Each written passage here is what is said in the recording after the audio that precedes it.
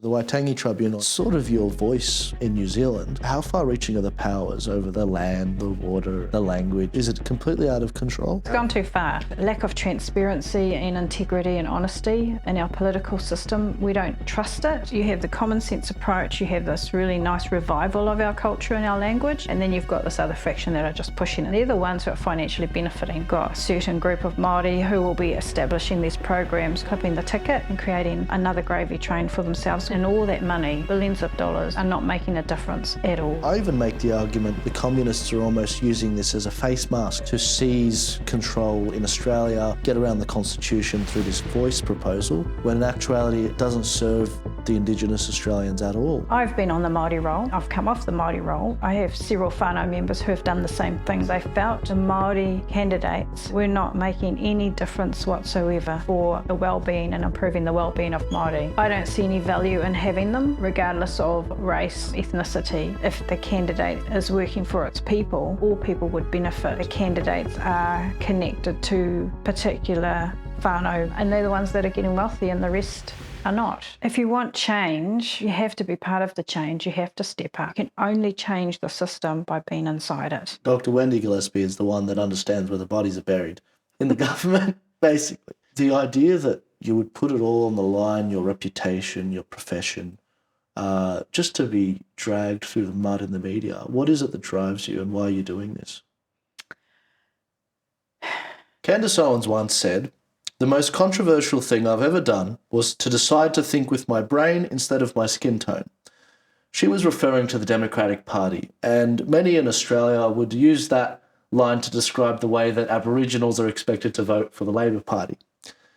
On the 14th of October, Australia will vote on a voice referendum, whether we enshrine an Aboriginal and Torres Strait Islander voice into the Constitution to form a body. And the 14th of October also happens to be the same day that the New Zealand election is on, for their general election once every 3 years.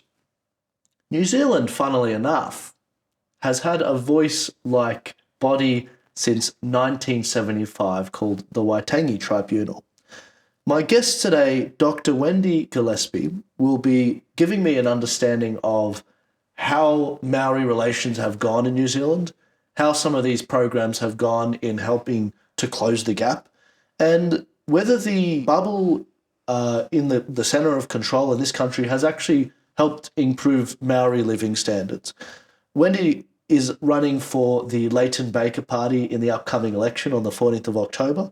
And as soon as I found out that, they were open to some conversations, I rushed over to New Zealand so that I could get the ammunition to defeat the voice in Australia, which is much more radical proposal than they have here, but also to better understand why Wendy's running and how Maori relations have gone in New Zealand. So, Dr. Wendy Gillespie, welcome to a conversation with Joel Jammal from Turning Point Australia. Thank you. Nice to meet you. Pleasure. You've spent 20 years working in the public sector and most recently working in the Human Rights Commission. My audience would probably have a lot of respect for you for resigning from the Human Rights Commission in 2021, August. Mm-hmm. Why did you resign? What was the trigger? It was at the time when we were going through our COVID lockdowns, had just completed. We were protesting. The country was in arms around the lockdowns and the way that the people had been treated. And in my senior role at the Human Rights Commission, I believed we should be doing more to try and ease the turmoil between government and the people. That was not to come about and happen. And I was quite gravely disappointed and just felt that it wasn't the place that I thought it was and that I wanted to work in anymore. In this country, would you agree that there's a view that Maori people have traditionally voted Labor and therefore should vote with Labor in this country? Yeah, it has stemmed from the Ratana Church, which is the predominantly an early Māori religion, and from Labor being established in the 1930s, 40s, and being a government at that time, or a party at that time, for the people. And so that's where it stems from. It's very much from our older people, our kaumātua kuia, who believe and follow the Labour Party policies. I'm not sure that's the same anymore, that the younger generations of Māori are more thoughtful about what's going on in our environment. The reason I started with a quote from Candace Owens is I do feel that there is an obligation for people to think with their skin, at least when they're told by the white liberals, the white lefties. And if you don't, then you're somehow described as a coconut or something, brown on the outside, white on the inside. Why is it these insults often come from those that disagree with us from the Labour Party or the left wing, especially on topics like co-governance, for example? Like you're a racist, for example, which is what Leighton Baker, he's had that accusation thrown at him because he's a white guy and happens to say, I don't think we're spending the money to help Maori people efficiently. Apparently he's a racist. I mean, what do you put that down to?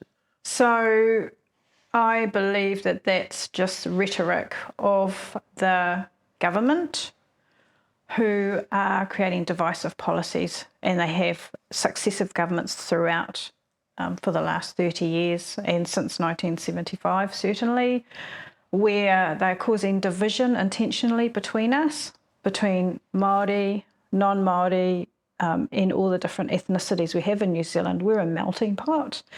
And we have traditionally been a really well-grouped community and supportive of each other regardless. And we have had very little racism between all races in New Zealand.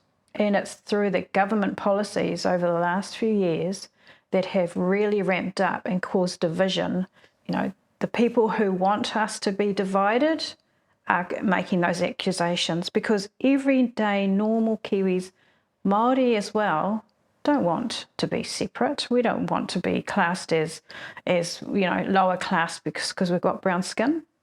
We want to be able to grow and thrive on our own rights, and so it's just another divisionary separatist tactic by government and by those who are going to benefit from that division. We're totally on the same page. I even make the argument that the communists are almost using this as a face mask to seize control in Australia, get around the Constitution through this voice proposal, when in actuality it doesn't serve the Indigenous Australians at all. Some $40 billion are spent every year on Australian programs for Aboriginal people through the taxpayers, and 550 million of which since 2005 has gone to organisations that Noel Pearson runs, for example. A lot of taxpayers are scratching their heads and wondering, well, what do you have to show for it? If this was the CEO of a board, you'd sack the CEO, you'd sack the board, just based on competence. Do you have a similar sort of race hustler sort of industry here, where people are using the Maori plight and the gap to say that they're going to solve the problems, but they don't actually come up with anything? Is that a thing? Yeah, definitely. Joel, we have a lot of Māori, and I don't like using the word elitism because that just automatically creates a separatist kind of view. But there are certainly Māori iwi members who have the right surname, and they benefit substantially from the treaty payouts and from having government programs and funding diverted through their whānau programs. And yet we see over the last 30 years that there's still so significant Māori poverty. We've got Māori youth who would benefit from being in Māori-led youth programs, but that money's not trickling down to the front line, to the people. Māori health clinics, the money is stopping at there's bureaucracy in layers in Māoridom, and that money is not getting out to the everyday normal Māori anyway. So, it's a gravy train. Yeah. How far-reaching is the Waitangi Tribunal? So the Waitangi Tribunal I mentioned earlier, it's sort of your voice in New Zealand. how far-reaching are the powers over the land, the water, and the language? I mean, is it completely out of control? You know, I think there's some really good things that the tribunal have done, or the governments successively have done, in terms of reinvigorating our culture and our language, because it was at risk of being lost. But there's this fraction that have pushed it too far, where they want to make, for example, te reo compulsory for everyone. Well, I am, as an adult, just learning my language, te reo, and I'm not being forced to it. I'm not being made to do it. I want to do it because I've got time, because I've got the will. And I certainly don't want my taxpaying money paying for someone to be forced to learn te reo when they don't want to. And to me, I just see it as another way in which you've got probably a certain group of Māori who will be establishing these programs, who will be clipping the ticket and creating another gravy train for themselves, when realistically and common sense prevails. You know, you cannot make it compulsory. Sure, a little bit in schools and primary schools, but you can't make it compulsory across the whole country. It's just a gravy train, another gravy train. Yeah, I was talking to Leighton. I mean, there's some crazy stuff, stories of, guys trying to take their pregnant wives in labour, frantically trying to find the hospital, trying to read the road signs. The road signs aren't in English, and the poor guy's just trying to find a hospital. Just absolute madness. I mean, we don't really It's have... gone too far. You have the common sense approach, you have this really nice revival of our culture and our language, and then you've got this other fraction that are just pushing it that far. And they're the ones who are financially benefiting from that push, that extra drive. Yeah, we're seeing it just start to creep in now in Australia. Some of our suburbs, like my suburb of Parramatta, no worries. It's always been called Parramatta. We don't have to change anything. Aboriginal name. Whereas they're looking at changing the name of Brisbane and Sydney and Melbourne, and no one asked to the Aboriginal name. It's like, why are we doing this? It's history. Just leave it. Like, we don't have to sort of... we're not more accepting. We didn't just cure and close the gap by changing the name of a city. But I don't know. That's my view anyway. Do you believe there should be a co-governance sort of audit to really get an understanding of how much money is being spent on supposed Maori problems to close the gap and improve living standards? In a way, we have a pragmatic way of co-governance at the community level. So a lot of social programs are already being implemented by Māori, by iwi providers and Māori. And I have worked in a few Māori NGOs, charities, in social services. The co-governance that they're creating or proposing to create, I think, is just a diversion away from privatisation of assets, from a perspective of, again, these particular whānau within iwi will benefit from that co-governance, and the rest of us Māori and communities and non-Māori will not benefit from having, it creates just a duplication of bureaucracy where the money is wasted at that level and doesn't go out to the front line where it should be. Right. Well, I mean, you're Maori. You understand, what's actually making a difference, what isn't. Since the 1800s, the Maori have had these Maori-only electorates. People can opt into being on the Maori roll versus being on the non-Maori roll, which allows them to vote in these 7 electorates for this upcoming election on the 14th of October. Do you think that it was a mistake to keep those electorates around? Do you think that they should be abolished and we should just have the existing electorates for everyone? I've been on the Māori roll, and I've come off the Māori roll, and I have several whānau members who have done the same thing because they felt that the Māori candidates were not making any difference whatsoever for the well-being and improving the well-being of Māori. I don't see any value in having them. I think that regardless of race, ethnicity, if the candidate is working for its people, all people would benefit. But we have, again, the candidates are connected to particular whānau member names, and they're the ones that are getting wealthy, and the rest are not. It's not filtering down. They're not doing, as a candidate should, what they're saying they're doing and for their people. So regardless of what race you are, you're meant to be here as a candidate working for your people. All people. Doesn't matter what colour skin. Yeah, absolutely. Yeah. So you think that it's probably best to remove those electorates? Or do you think there's actually novelty in keeping them to show that having Maori electorates doesn't actually solve the problem? You should never do anything for the novelty of it. Yeah, you really shouldn't. No, should you shouldn't. Yeah. But it's proven that it sort of hasn't worked, right? Here's a thought.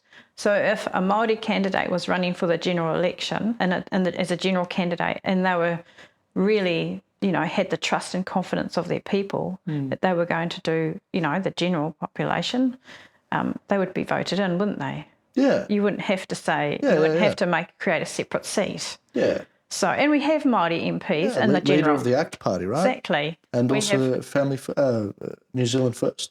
Yep. Yeah, we have Māori and, Māori in the general electorate because they are trusted in that and believe that they're going to do something for the people in the general electorate. Yeah. It's the crazy thing because in Australia, Aboriginals, it's an inflated number, but they supposedly make up something like 3.5% of the population. It's massively inflated. But the amount of parliamentarians that are Aboriginal are over 4.6%. So they're actually overrepresented. So if we really want to do quotas, men and women quotas, Aboriginal quotas, we actually should really take a couple off. But I obviously disagree with that because, as the quote I started with said, you don't think with your skin colour. You don't. Yeah, that's right. And I look at this sort of idea of dividing us along skin colour lines, eyebrow lines, nose lines, and I'm just like, this is divide and conquer, surely. This is some Hillary Clinton style, conquering the new world sort of stuff. Yeah. What have you found that has actually helped the Maori people in New Zealand? Because obviously there's been a lot done. Some's helped, some hasn't. Everyone's quick to point to what hasn't happened and worked. What do you think's worked? I think when you have a minister or cabinet ministers who are there for the people and not for a party, there are very few that I would say who are delivering for the people and not around party rhetoric. So, but when you do see it, it's so we had Tariana Turia. It was a great lady, and even though she was in a party, she really believed in the people. If you Google search her, she is amazing. She's kind of like in my eyes, a Nelson Mandela of Māori politicians. But they are very few and far between. Well, one of my concerns in Australia is we're looking at the polling right now. It's very difficult to get a referendum up because you need a majority across the nation and a majority of states, 4 of the states to vote yes. And it's looking like the polling's indicating it's going to fail. Now, obviously, we've got 5 weeks until the New Zealand election and the voice referendum vote. My fear is, I think beating this thing is the easy part. The hard part is picking up the pieces after it. Yeah. We've got a prime minister which made it his top priority to divide the country on this referendum that ended up failing. So he's out of touch. I would love to roll out a program the week after the referendum and saying, hey, look, we just spent 12 months trying to beat you on this, but here's how we're going to fix the problem. Now that the Prime Minister's sort of been, you sit there, Prime Minister, you don't know how to help the Aboriginal people. Now we're actually going to employ some people power. What does that look like tangibly in terms of helping, Maori communities, for example? What I found over the 20-odd years working in central government and frontline government to central government is the programs that worked well for Māori were the ones that were designed with Māori and non-Māori service delivery as the lead of that program development and not policy and bureaucrats. When it was created through that lens, it had such a party policy perspective. It didn't actually have any outcomes and make any difference at all on the ground, and yet hundreds of millions of dollars were spent. And years went by where there was just no outcomes, no improvement to truancy, or no outcomes or improvement to child morbidity, and no improvement in education outcomes. And, so when you have, you can have the Aboriginal community developing those programs with the community providers who are either Aboriginal or non-Aboriginal, that diversity, because let's face it, Māori, we live in diverse communities. We don't live in an insular, little group, and neither do Aborigines, I imagine. So it's about the diversity of people's perspectives on the ground to design those programs and implement them and let them go for it. Stop the overreach and government bureaucracy from Wellington dictating what should be done. And that's with a lot of our decisions in our health sector, our education sector, business, employment, everything. We have such a centralised bureaucracy making decisions for our regions and on the ground, that the programs and all that money, billions of dollars of public spend, are not making a difference at all. It is quite sad because you understand the opportunity cost. I trust you more with $1 million to spend it in a Māori community than Hipkins. He has no idea. No. He doesn't even know what a woman is. No. Wendy, you've had quite a distinguished career, 20 years working in the public service in the government, among other places as well as an academic. You've resigned from the Human Rights Commission after working there for 2 to 3 years on principle. Why are you running? The idea that you would put it all on the line, your reputation, your profession, just to be dragged through the mud in the media. What is it that drives you, and why are you doing this? If you want change, you have to be part of the change. You have to step up. If you want something different, if we want something different come the 14th of October, then change the way you vote, because we're not going to get anything different if you choose a red or a blue tick. There are so many good people out there who are community-based people, who are builders, doctors, nurses, teachers, police, who are really passionate about their communities, their businesses, where they are, and they are not career politicians.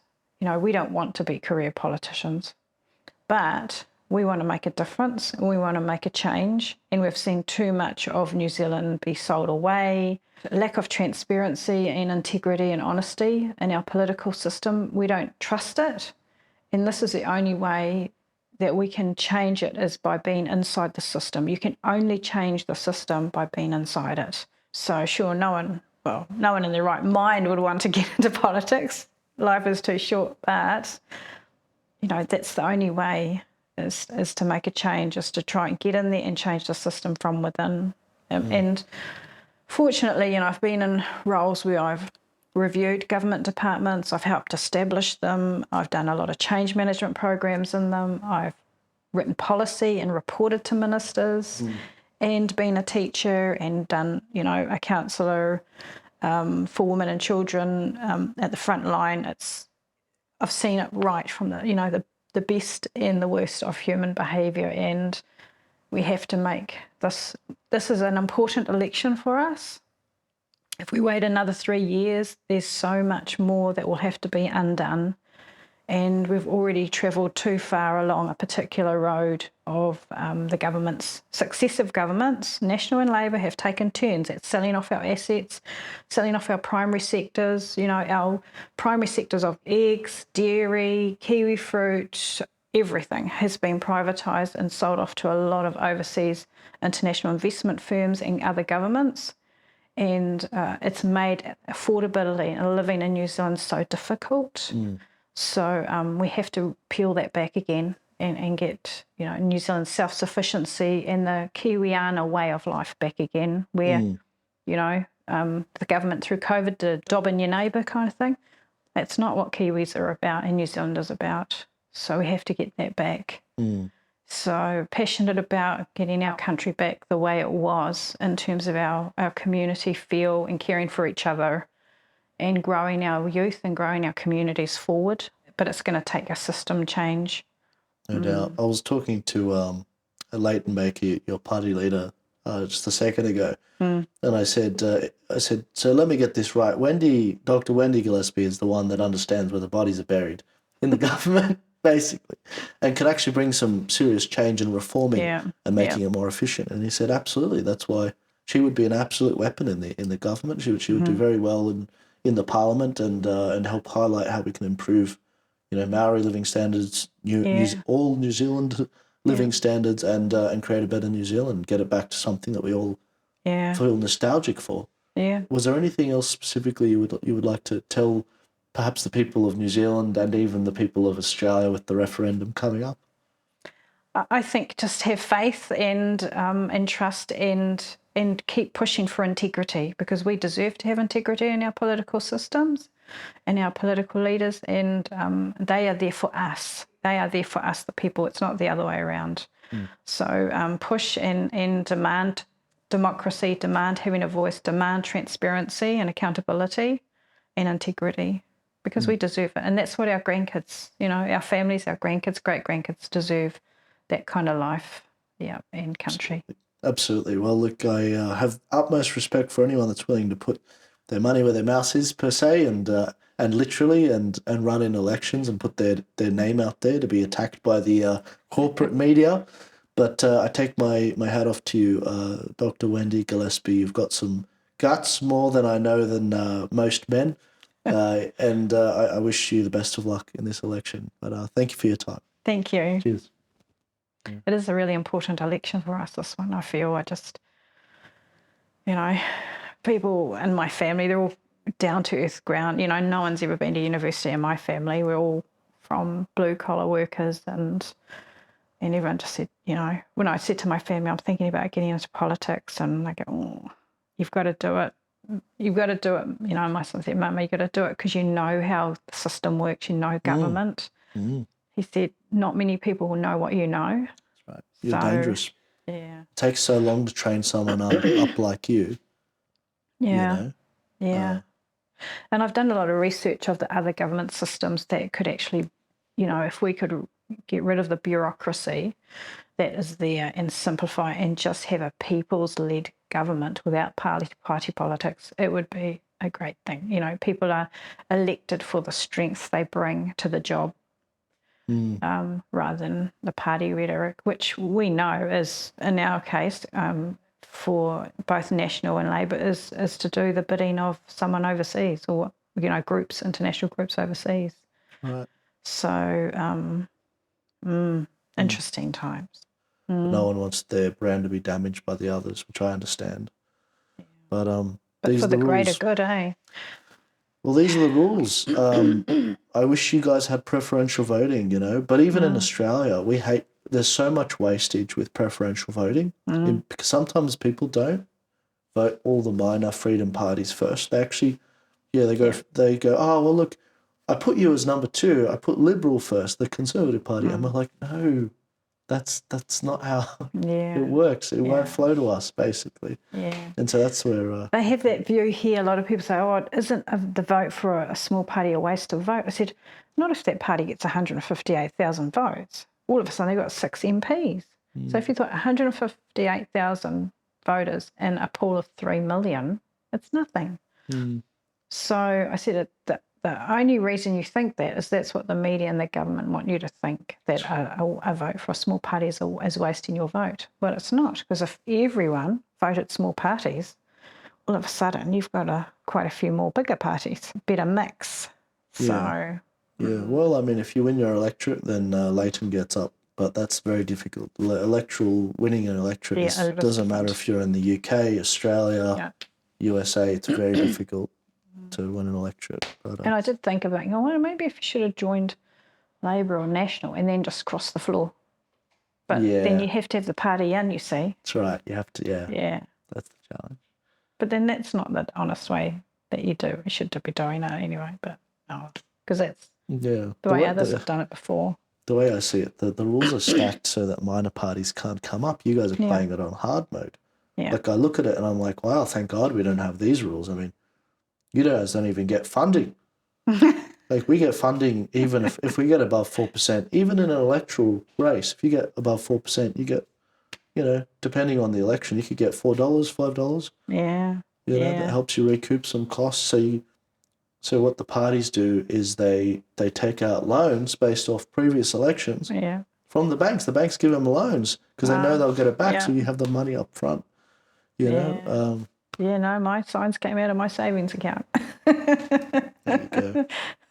Get about to put our signs up next weekend when I go home. So and my signs are really Leighton Baker, and my picture's very small. If anything, I know I won't win my electorate, but if I can push the party and talk about the party and talk about people, and integrity and bringing back integrity into the political system,